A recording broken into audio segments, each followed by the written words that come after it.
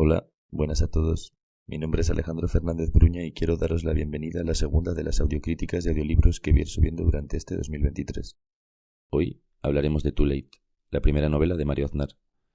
Nacido en Murcia en 1991, Mario Aznar es crítico y profesor universitario.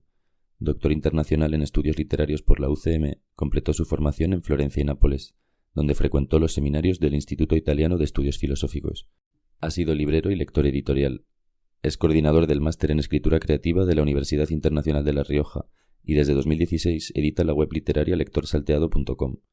Si nos fijamos en esta pequeña biografía de la solapa, vemos que el primer atributo que se pone de manifiesto es que es crítico antes que profesor, coordinador o escritor. De hecho, no aparece la palabra escritor por ningún lado en la biografía.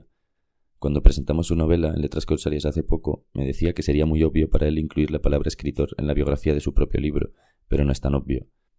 Abro al azar Circular 22 de Vicente Luis Mora y aparece Córdoba, 1970. Es escritor, crítico literario y profesor.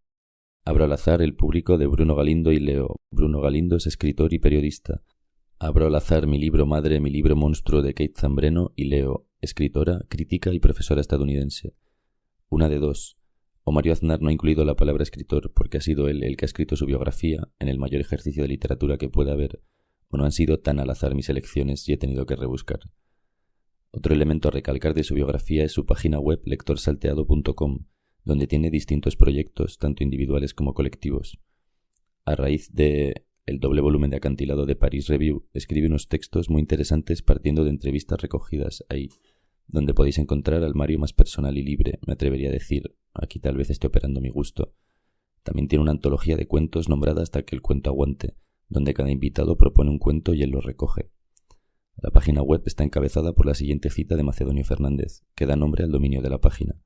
Te dedico mi novela, lector salteado. Me agradecerás una sensación nueva, el leer seguido. Al contrario, el lector seguido tendrá la sensación de una nueva manera de saltear, la de seguir al autor que salta. ¿Se puede escribir, acaso, sin saltar? Es curioso que cuando el narrador está sentado en un banco, que es, y cito a Mario, por definición un mueble, algo móvil, le invadiera una extraña sensación de tristeza al ver los tornillos que lo fijaban al suelo. Ese banco se volvió de pronto una metáfora de lo que acabaría siendo mi existencia, nos dirá. No es rara esta identificación del autor con un mueble si recordamos el prólogo de Vilamatas a Artistas sin obra, de Jean-Yves Jeunet, donde habla sobre Clemente Cadu, un personaje basado en Félicien Marbeuf, un Bartleby que renunció a producir sin haberlo llegado a hacer nunca. A diferencia de Marbeuf, Cadu sí que llegó a pintar cuadros, pero todos tenían una cosa en común, y cito el prólogo de Vilamatas. Todos sus cuadros tenían como protagonista absoluto un mueble, y todos llevaban el mismo enigmático y repetitivo título, autorretrato. Es que me siento un mueble, decía, y los muebles, que yo sepa, no escriben. El narrador de Too Late, cuando se identifica con el banco y su inmovilidad, se levanta de golpe, quizás para no hacerse uno con el mueble. Seguí moviéndome, sentí que seguía moviéndome y me fui, no sé hacia dónde. El ensayo del cuento del poema de la vida es un movimiento perpetuo. Eso es, un movimiento perpetuo, escribió Monterroso sentado en una silla plegable o en un sillón con ruedas. Muebles, por excelencia portátiles, como la literatura. Too Late es un ejercicio de ficción crítica, como se indica en la contraportada, que nace de una larga conversación inédita entre Mario Aznar y Enrique Vilamatas durante el verano de 2018. El único compromiso autoimpuesto fue respetar al pie de la letra las respuestas del escritor, que figuran en el texto íntegramente según él mismo las elaboró. Como comentó el autor en la presentación de Letras Corsarias, el hecho de incluir las intervenciones del autor barcelonés sin ningún tipo de intervención, valga la redundancia, hizo que Mario Aznar tuviera que construir todo su texto en función de las aportaciones de Vilamatas, como si de un ejercicio de Oulipo se tratara. No obstante, no todo en esta novela orbita en torno a Vilamatas. El primero de los capítulos, la entrada a Mario Aznar a la literatura, literalmente, es una nota titulada Despedida que lo pone en la línea de los mejores escritores, aquellos que tienen la capacidad necesaria y suficiente para permitirse empezar por el final, tirando los fuegos artificiales al comienzo para acabar en un silencio, porque siempre vamos del ruido al silencio. Como decía, en este primer capítulo solo encontramos una voz, la de Mario. Una voz que, al modo de Perec, reduce la literatura a sus elementos más básicos, aquellos elementos que llevan desde el principio de los tiempos y sin los cuales se caería toda la narración, pues aquí ya plantea todos los tópicos o ideas que irán diferenciándose y repitiéndose a lo largo de la novela. Así, desde el inicio, veremos la presencia del error y el negativo, la introducción a un mundo futuro que servirá como escenario para el desarrollo de los sucesivos capítulos, la preocupación por la inmovilidad, el silencio como una música incomprensible y misteriosa o la importancia del proceso de metamorfosis que cobrará distintas formas a lo largo de la novela, como la imagen de los gusanos de seda o del pudritorium, o cuando el narrador visita casas en alquiler o el caso de Mac y su contratiempo. Una novela que comienza con una despedida, en clara sintonía con el título, demasiado tarde, lo que implica que todo el mundo llega tarde, aunque algunos llegan lo suficientemente tarde para no llegar tarde del todo. Ya no habría consuelo en nuestras almas. Habíamos llegado tarde al mundo, que dice Ben Clark en su poemario Hijos de la Ira. Pero ¿tarde a dónde? Pues Mario Aznar estudiaba sobre la crisis contemporánea del lenguaje y la ficción crítica en la literatura contemporánea, con especial énfasis en la obra del propio Vilamatas, y sintió que llegaba tarde a la primera tesis doctoral sobre el autor, que había realizado la misma Oñoro, al primer libro de ensayos dedicado al escritor, que había editado Margarita Heredia, al primer congreso sobre su obra, que había tenido lugar en Neuchâtel cuando yo apenas tenía 10 años y poco o nada podía saber de literatura, congresos y demás vorágines, nos dice el autor. Por ese motivo decide abandonar la tesis sobre Vilamatas para hacer este ejercicio de ficción crítica que es Too Late. Aunque, no sin cierta ironía, el narrador, angustiado por esta misma duda, dice que no sabe si reducir su investigación a un simple relato de ficción. Nótese el reducir y el simple. No obstante, el autor, desde una ironía muy personal, dice que si Darío llegaba a tiempo de exaltar la pureza de las perlas o la frescura de las rosas, ya nada podía llegar tarde. Pues en lugar de cantar la rosa, relataremos cómo el narrador dice en la primerísima línea de la novela: hay pocas sensaciones tan intensas como darle una patada a una mierda pensando que está seca, haciendo, como señala Fernando Castro en su videoreseña, una defensa del error y la sorpresa como partes fundamentales de su obra. Mi error podía ser mi salvación, mi ventana al otro lado, al negativo, igual que el fallo de los hologramas nos permite acceder a la realidad, nos dirá el autor.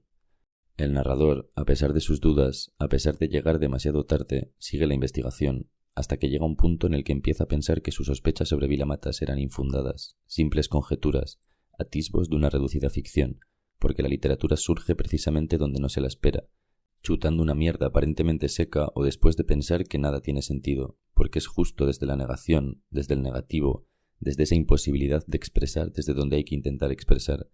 Como nos recuerda el narrador que dice Adorno, el arte busca refugio en su propia negación, quiere sobrevivir muriendo. O Zambra, abandonamos un libro cuando comprendemos que no estaba para nosotros. De tanto querer leerlo, creímos que nos correspondía escribirlo. Estábamos cansados de esperar que alguien escribiera el libro que queríamos leer. Como de costumbre, no pasó nada. Seré fiel a la tarea del crítico, que es perseguir y encontrar la verdad, le dice el narrador a Vilamatas en un punto, a lo que éste respondió negando con rotundidad, aduciendo que esa es la tarea del autor.